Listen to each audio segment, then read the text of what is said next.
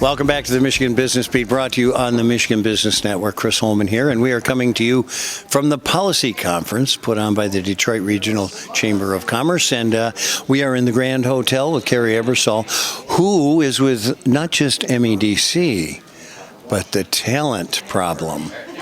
I am so glad to have you here. I appreciate that, Chris. I'm happy to have this conversation because we have a lot of work to do, and it's all about partnership, business community, and government to help support and build the needs of our workforce. You know, you are absolutely right, because this is the old "it takes a village" thing. This is a problem, and it's not a problem that's going to go away, and it's not a problem that's going to rectify itself, because the numbers are not going to be there. So talk to me a little bit. What should we be doing? Sure. Well, first and foremost, we want to ensure from MEDC and with our employer partners that we're providing a service, a concierge service to these employers, that they are getting the workforce that they need. We can help develop curriculum with our educational providers and beyond. But we also need to partner with Michigan Department of Education to talk that longer pipeline in our school system. We need to attract and retain, and we got to retain more of our graduates in the state and attract people to this pure Michigan experience that we have here. No, you're absolutely right. And you know, we do, when you look at it, we have a lot to sell here, and we haven't been very good at selling it over the years. And I don't know if maybe we don't want it to change very much, because it's wonderful. But that teamsmanship. So tell me the role that you will play, and I say this from the perspective of, I'm on the board of the Michigan Works Association and T3 and several other things. Yes, absolutely. I think it gets back to, again, that customer service to our employers, and not just about employers in the state, but those that we're trying to attract to locate here.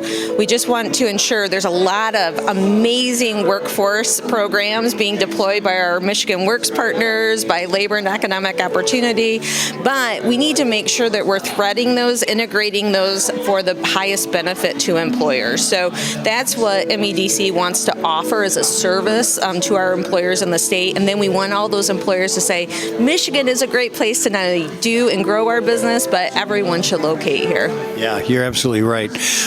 So you may not know this, but I'm president of AARP Michigan. And I started a program called Experience for Hire, which is bringing retirees with skills back to the workforce on a part-time basis.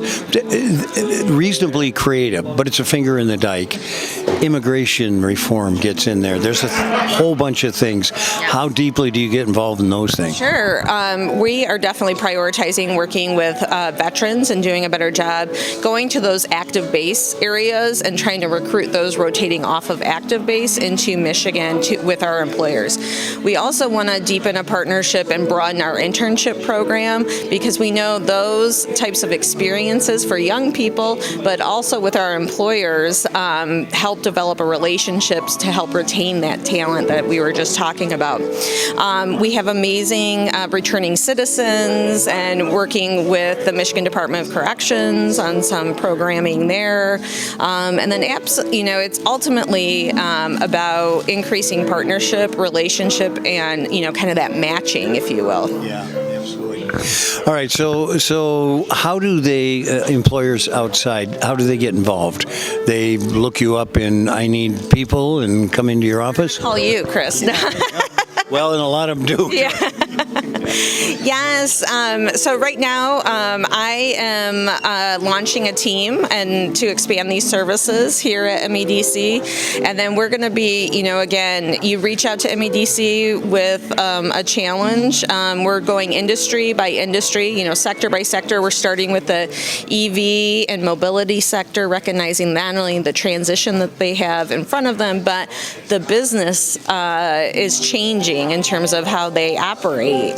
So we are starting with that sector first, and then we will be going along healthcare, other high-tech, entities as well. But in the meantime, we're also developing that concierge service with our strategic accounts here, our large employers in the state of Michigan, but also those businesses we're working to attract here. Well, in talking with Quentin, this is one of the things I think that he came to town with was one of his initiatives that he wanted to get going on.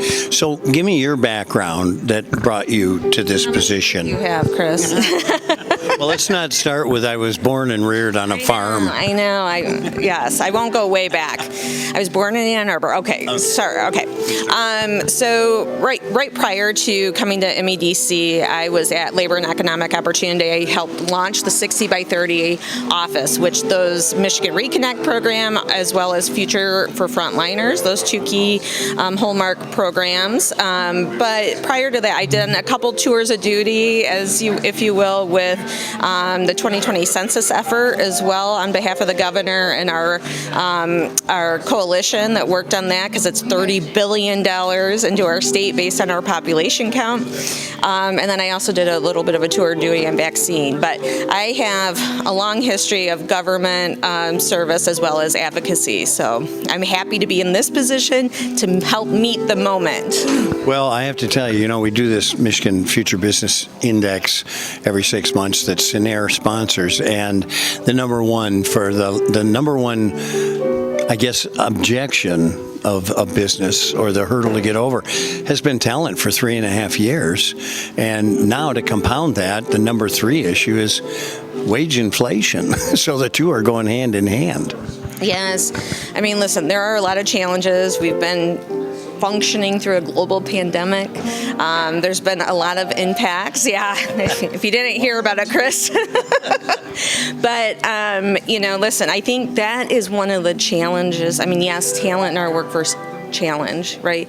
But there are many variables that go into it. Unfortunately, there is no silver bullet, but we have to look at both short-term solutions, so our employers have an opportunity to build success here in the state. We're providing a pathway for Michiganders to live a quality of life that they want, but ultimately, it's also about system change. And system change, I can't lie to you, sometimes it takes time. Right. But we got to look at it. And government has to get to work with the private sector to make it happen. Kerry, we're going to have you back periodically to check on that progress, all right? That sounds great. Thank you. All right. Kerry Ebersole with MEDC. You are watching the Michigan Business Beat on the Michigan Business Network. I'm Chris Holman, coming to you from the Policy Conference on Mackinac Island. We'll be back with more.